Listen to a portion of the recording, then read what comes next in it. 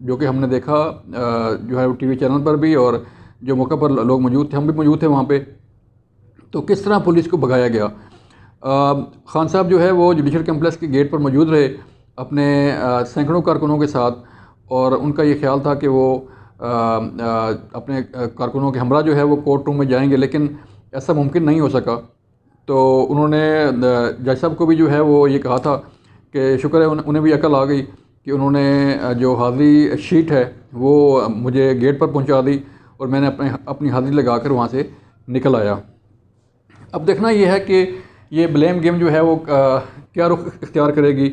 آگے چل کے اس کا جو ہے وہ کیا اثرات مرتب ہوں گے، کیونکہ عمران خان صاحب پر شاید سینچری مکمل ہو چکی ہے مقدمات کی۔ اتنے مقدمات درج ہو چکے ہیں کہ کبھی کسی کورٹ میں، کبھی کسی کورٹ میں، کبھی کسی تھانے کی پولیس جو ہے وہ تفتیش کے لیے رابطہ کرے گی، آئے گی، اور کبھی کسی تھانے کی پولیس جو ہے وہ رابطہ کرے گی۔ پھر نیب نے بھی عمران خان صاحب کو توشہ خانہ کیس میں طلب کیا ہوا ہے۔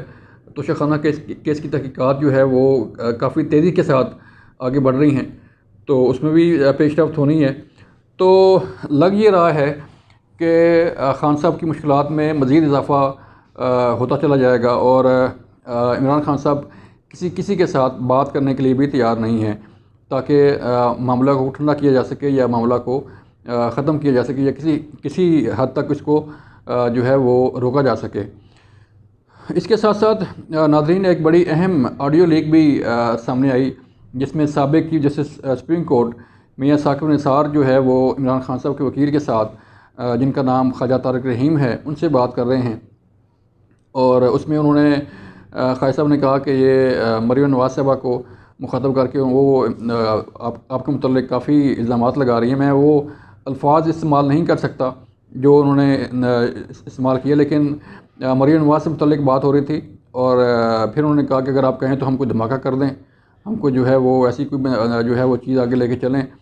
تو آگے سے ثاقب نثار صاحب نے کافی جو ہے وہ ایسی مثال دی کہ جسے جو ہے وہ کوٹ نہیں کیا جا سکتا، اور انہوں نے مثال سے سمجھایا کہ لوگ کہتے رہتے ہیں لیکن ہم نے اپنے کام سے کام رکھنا ہے۔ پھر انہوں نے یہ بھی کہا کہ اگر ضرورت پڑی تو پھر آپ کو کہیں گے تو آپ دھماکہ کر دیجیے گا، مطلب کہ ان کے پاس جو ہے وہ مریم نواز صاحبہ کے خلاف مواد ہے، یا وہ ایسا مواد چلائیں گے یا پھینکیں گے جس سے ان کی شہرت کو نقصان پہنچ سکے۔ اس کا مطلب یہ ہے ناظرین کہ ثاقب نثار صاحب، جن کے متعلق مریم نواز صاحبہ بھی اور نون لیگ کے باقی رہنما بھی اور وزیر اعظم شہباز شریف بھی، نواز شریف صاحب بھی یہ سمجھتے ہیں کہ ان کی حکومت گرانے کے لیے ثاقب نثار صاحب نے بڑا کلیدی کردار ادا کیا تھا بطور چیف جسٹس سپریم کورٹ۔ تو اب یہ آڈیو لیک بھی ثابت کر رہی ہے کہ ان کا لنک جو ہے وہ عمران خان صاحب کے ساتھ کسی نہ کسی طرح رہا ہے۔ جب میری بات ہوئی تھی ان کے ساتھ، انہوں نے یہ تسلیم کیا تھا کہ انہیں عمران خان صاحب کا فون بھی آیا تھا، اور فون آنے کے ساتھ ساتھ ان کی ملاقاتیں بھی پہلے بطور چیف جسٹس جب وہ وزیر اعظم پاکستان تھے اس وقت ہوئی، اور پھر اس کے بعد بھی ملاقات ان کے ساتھ ہوتی رہی۔ ایک اور بڑا اہم اعلان وزیر اعلیٰ پنجاب محسن نقوی صاحب کی طرف سے کہ اب ہماری بس ہو گئی ہے، ہمارے ہاتھ کھڑے ہیں، اور ہم اب جو ہے وہ پولیس پر حملے برداشت نہیں کریں گے۔ زمان پارک چونکہ نو گو ایریا بن چکا ہے، اور جو بھی پولیس اہلکار یا جو بھی پولیس وین وہاں سے گزرتی ہے اس پر نہ صرف پتھراؤ کیا جاتا ہے بلکہ ان اہلکاروں کو بھی ٹارچر کیا جاتا ہے جو وہاں سے گزرتے ہیں۔ تو انہوں نے یہ بھی کہا کہ ایک تو ہم GIT بنائیں گے سارے زمان پارک آپریشن سے متعلق انکوائری کے لیے، اور دوسرا انہوں نے یہ کہا کہ ہم نے IG پنجاب ڈاکٹر عثمان انور صاحب کو یہ فری ہینڈ دے دیا ہے کہ وہ جس طرح چاہیں جو ہے وہ حالات کو کنٹرول کریں، جو قانون انہیں الاؤ کرتا ہے وہ تمام طریقہ کار، تمام قانونی تقاضے پورے کریں، انہیں پوری طاقت کے ساتھ مشینری استعمال کریں ان لوگوں کے خلاف جو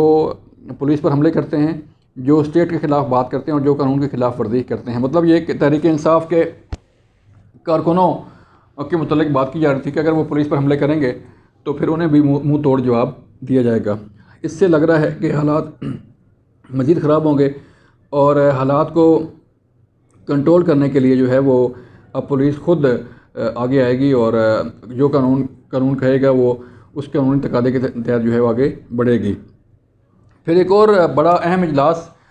وزیر اعظم شہباز شریف کی زیر صدارت آج اتحادی جماعتوں کا اجلاس ہوا ہے، جس میں بتایا جا رہا ہے کہ بڑے اہم فیصلے کیے گئے ہیں، اور تحریک انصاف سمیت جو حالات و واقعات چل رہے ہیں پنجاب کے اندر، اسلام آباد کے اندر، اس پر تفصیلی تبادلہ خیال ہوا ہے۔ اس ملاقات کے بعد اس اجلاس کے بعد D G I S I کی بھی ملاقات ہوئی ہے وزیر اعظم سے، جو ذرائع بتا رہے ہیں۔ اس میں بھی بڑی اہم جو ہے وہ چیزیں ڈسکس کی گئی ہیں، بالخصوص جو قومی سلامتی کے امور ہیں، جو ملک کی صورتحال ہے 23 مارچ آنے والی ہے، اس کے متعلق بھی، اس کی سیکورٹی کے حوالے سے بھی بات ہوئی۔ تو لگ یہ رہا ہے کہ آئندہ چند دن جو ہے وہ بڑے اہم ہیں، یعنی کہ رمضان شریف میں بڑے اہم فیصلے آپ کے سامنے آئیں گے، اور بڑے اہم واقعات آپ کے سامنے آئیں گے، جس میں جو ہے وہ ہو سکتا ہے خان صاحب گرفتار بھی ہو جائیں، اور جو ہے وہ الیکشن سے متعلق بھی شاید کوئی اور فیصلہ یا اور کوئی اسٹانس جو ہے وہ سامنے آ جائے۔ یہ تھیں آج کی تازہ ترین صورتحال۔